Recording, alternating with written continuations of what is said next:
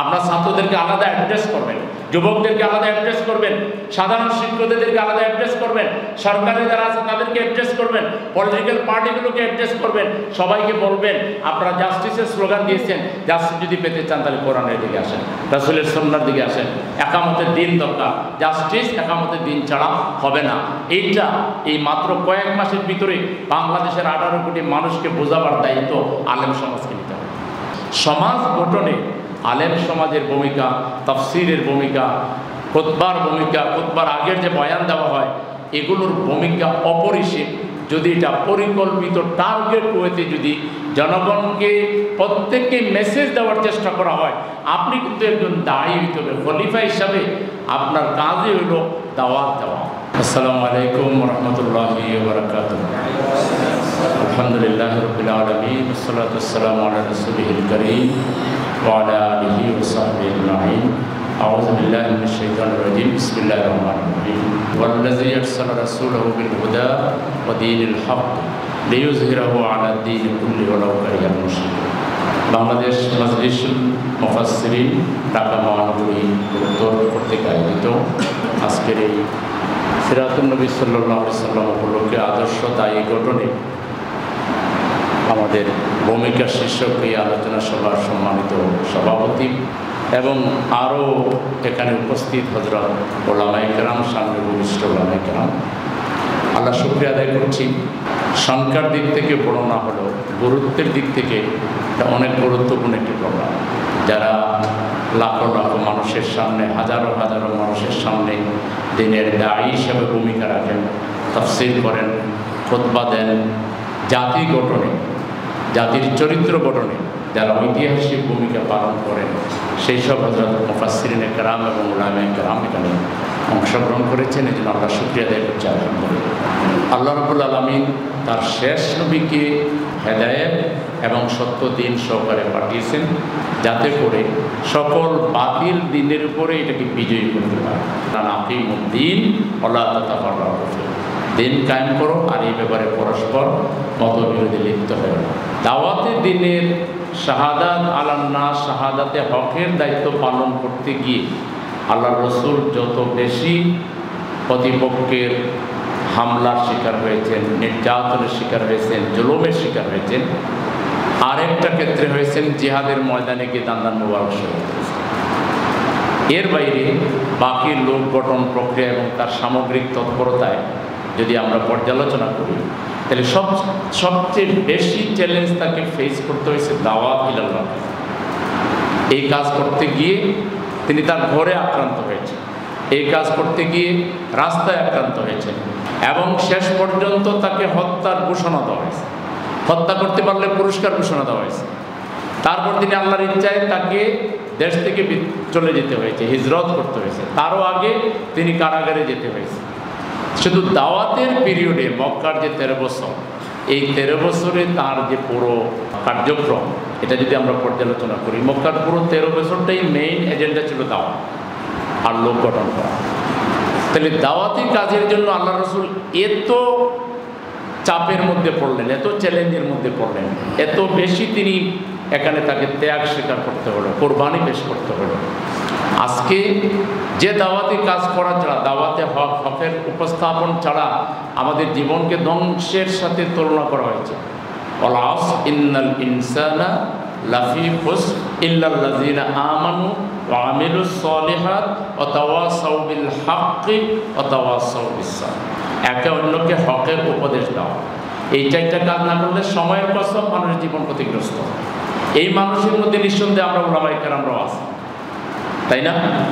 তাই আমরা যে সমাজের সময় দিচ্ছি দিন কায়েমের জন্য, দিন কায়েমের কর্মসূচির মধ্যে প্রধানতম কর্মসূচি যেটা মানুষের চরিত্র সংশোধন করে, মানসিকতার পরিবর্তন করে, আকীদার পরিবর্তন করে, দৃষ্টিভঙ্গির পরিবর্তন করে, মানুষের জীবনের মোড় পাল্টিয়ে দেয়, যেটা জিহাদের সূচনা, যেটা ইসলামী বিপ্লবের শুরু, যেটা একামতের দিনের শুরু, এই শুরুর দায়িত্বটি একামতের দিনকে মাথায় রেখে ধারাবাহিকভাবে আমার খুতবা, আমার ওয়াজ মাহফিলের ওয়াজ, তাফসীর মাহফিলের তাফসীর, সিরাত মাহফিলের বয়ান, কিংবা আমার মসজিদের জুমার নামাজের আগে যে বয়ান, এই বয়ানগুলোতে আমি যদি একামতের দিনকে হাইলাইট করে ওটাকে সামনে রেখে এটার শুরু হইলো দাওয়াত দিয়ে, আর দাওয়াত ছাড়া ইমানের দাবি পূরণ হয় না, দাওয়াত দেওয়া ছাড়া আমার উপর হকের যে দায়িত্ব পালন করার কথা সেটা হয় না, সেটা না হইলে আমার জীবন ধ্বংসের মধ্যে পড়ে যায়,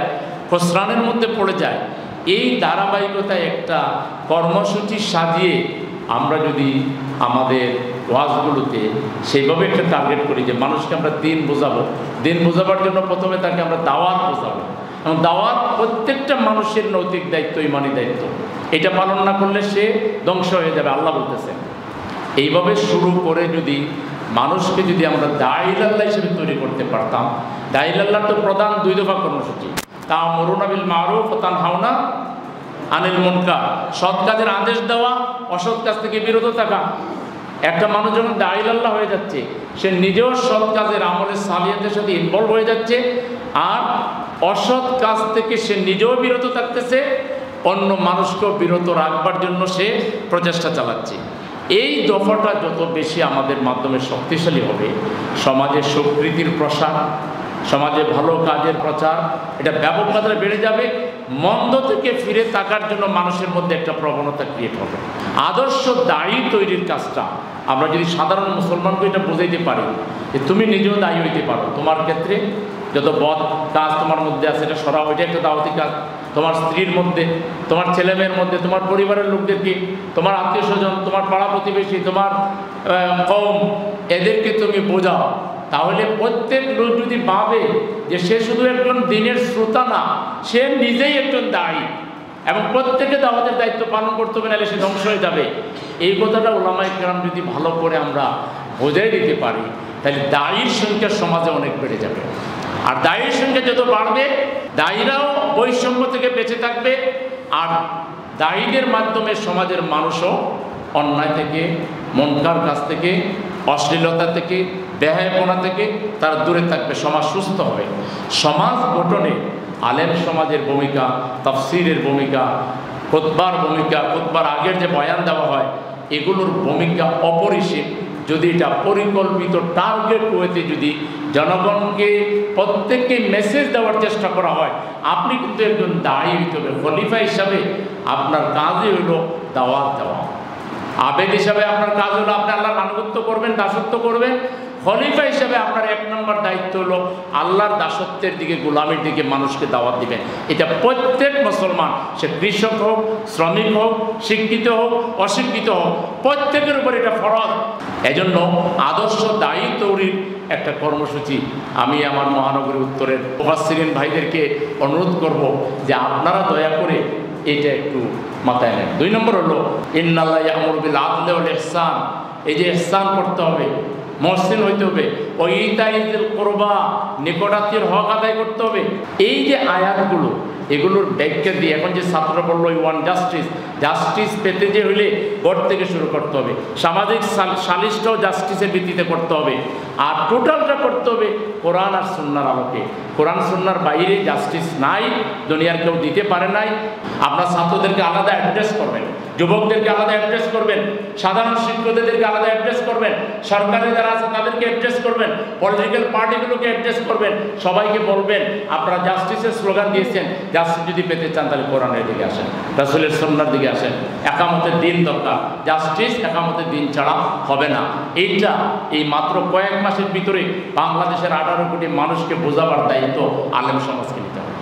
আপনারা সেই বলিষ্ঠ দায়িত্বটুকু, সেই ঐতিহাসিক দায়িত্বটুকু পালন করার ক্ষেত্রে আপনারা আগাই আসবেন। চরিত্র গঠনে কার্যকর পরিকল্পনা, রূপরেখা, কর্মসূচি আপনারা আলেম সমাজ কোরআনের ভিত্তিতে, হাদিসের ভিত্তিতে মানুষের সামনে তুলে ধরবেন। এইভাবে যদি আমরা কাজ করি, তাহলে বাংলাদেশে খুব তাড়াতাড়ি আমরা সব ফেরকা, সব ফিতনা, সব ধরনের দ্বিধা দ্বন্দ্বকে ঝেড়ে মুছে এই জাতিকে ওয়াতাসিমু বিহাবলিল্লাহি জামিআন এর ভিত্তিতে আমরা ঐক্যবদ্ধ করে ফেলতে পারবো ইনশাআল্লাহ। আমার কথা এখানে সংক্ষিপ্ত করে বিদায় নিলাম। আপনাদের সবাইকে অনেক অনেক ধন্যবাদ এবং শুভেচ্ছা। আসসালামু আলাইকুম ওয়া রাহমাতুল্লাহি।